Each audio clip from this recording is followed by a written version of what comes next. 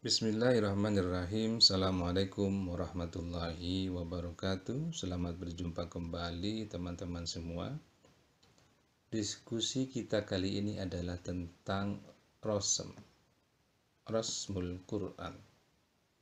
Mungkin kita pernah membaca Al-Quran dan bertanya, utamanya terkait dengan tulisannya. Loh, kok kenapa tulisan Bismillah itu tidak ada alifnya? Sedangkan tulisan Bismi Rabbi ada alifnya. Setelah ba ya. Kemudian juga kita baca misalkan wa aqimus shalah. Ada juga as-shalah di sana tidak menggunakan alif tapi menggunakan waw. Teman-teman semua, diskusi kita kali ini adalah tentang Rasmul Quran atau artinya adalah goresan atau tulisan pada mushaf Al-Quran. Pada praktiknya kita menemukan memang ada beberapa pola penulisan yang berbeda. Yang kemudian ada yang dinamakan dengan Rasmul Imla, penulisan misalkan bahasa Arab pada umumnya. Kemudian Rasm Arud, ini biasanya digunakan untuk penulisan syair. Yang ketiga adalah Rasmul Quran atau Rasm Utsmani, goresan atau penulisan yang digunakan untuk menuliskan ayat-ayat Al-Quran yang kita baca sehari-hari, yang ternyata ditemukan ada beberapa yang berbeda dengan tulisan bahasa Arab pada umumnya. Pertanyaan yang sering diajukan, yang sering kita dengar misalnya, apakah penulisan Al-Quran atau Rasmul Quran itu bersifat tauqifi? Nah, di sini ulama berbeda pendapat. Yang pertama, ada yang berpendapat bahwa Rasmul Quran bersifat tauqifi dan wajib diikuti oleh siapa saja yang menulis Al-Quran. Pendapat ini didasarkan pada surat Yunus ayat 64. Dalam ayat ini ada kalimat yang mengatakan la tabdila li kalimatillah. Tidak ada perubahan bagi kalimat-kalimat Allah. Umumnya, kata la tabdila di atas dipahami dengan tidak ada perubahan pada setiap firman-Nya. Hanya sebagian memahami bahwa itu meliputi bacaan dan tulisan. Dan sebagian lain memahami itu meliputi bacaan dan dijaga dengan tulisan. Pendapat kedua, Rasmul Quran tidak bersifat tauqifi tetapi merupakan kesepakatan cara penulisan yang disetujui oleh Utsman, khalifah ketika itu, disepakati para sahabat dan diterima umat. Tetapi wajib diikuti dan ditaati oleh siapa saja yang menulis Al-Quran. Pendapat ketiga, Rasmul Quran tidak bersifat tauqifi dan tidak ada halangan untuk menyalahinya tatkala suatu generasi sepakat untuk menggunakan cara tertentu yang berlainan dengan Rasm Al-Quran atau Utsmani. Jadi ada 3 pendapat, dan dari ketiga pendapat ini memang mayoritas merujuk kepada pendapat yang kedua, tidak bersifat tauqifi tetapi harus ditulis dengan tulisan yang sebagaimana kita baca sehari-hari. Teman-teman semua, karena kita kemudian memahami bahwa Rasm Al-Quran itu memang berbeda dengan Rasm Imla atau tulisan bahasa Arab pada umumnya, maka tentu ada perbedaan. Nah, perbedaan ini diantaranya dibagi ke dalam 6. Ada penambahan, ada pengurangan, ada penggantian, ada penggabungan, ada penulisan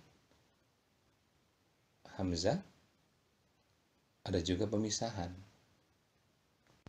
Jadi kalau kita di awal tadi melihat misalkan as-sholatu pakai alif, tiba-tiba diganti dengan waw, itu namanya penggantian. Atau bismillah dengan bismi rabbik, bismillah tidak ada alifnya, bismi rabbik ada alifnya, itu namanya pengurangan. Pertanyaan berikutnya adalah, adakah Rasm Al-Quran berdampak terhadap pemahaman Al-Quran? Untuk memahaminya, kita perhatikan 2 ayat berikut. Pertama adalah basmalah, Bismillahirrahmanirrahim. Kedua, Al-Alaq, Iqra bismi rabbikal ladzi khalaq. pada dua ayat di atas ada perbedaan bahwa bismi setiap digandingkan dengan lafaz Allah tidak ada tulisan alifnya, sedangkan ketika digandingkan dengan Rabbik ada tulisan alifnya. Rabbika ini di dalam Al-Quran ada juga digunakan bukan untuk Allah tapi juga untuk yang lain. Kita misalkan bisa membaca surat Yusuf ayat 42. Di sana kata Rabbika itu yang dimaksud adalah majikannya atau tuannya Yusuf ketika itu. Ketika Yusuf di dalam penjara, Yusuf menitipkan informasi kepada orang yang mau keluar dari penjara untuk menyampaikan bahwa Yusuf bisa mentakbir mimpi yang kemudian ternyata yang dititipi lupa. Nah, di sana ada kata Rabbika, kepada tuanmu. Kita perhatikan juga misalkan surat Ali Imran ayat 35 dan surat An-Nisa ayat 128. Idz qalat imra'atu Imrana dengan wa ini imra'atun. Imra'atu Imrana ini menggunakan tak tanis, tapi imra'atun tidak. Jadi penulisan imra'ah dengan tak tanis digunakan ketika kata tersebut digandingkan dengan pasangannya. Dan dengan tak marbutoh digunakan ketika tidak digandingkan dengan pasangannya. Kita juga misalkan bisa melihat, memperhatikan surat Fatir ayat 28. Innama yakhshallah min ibadihi ulama. Di sini ulama'u dibacanya ya.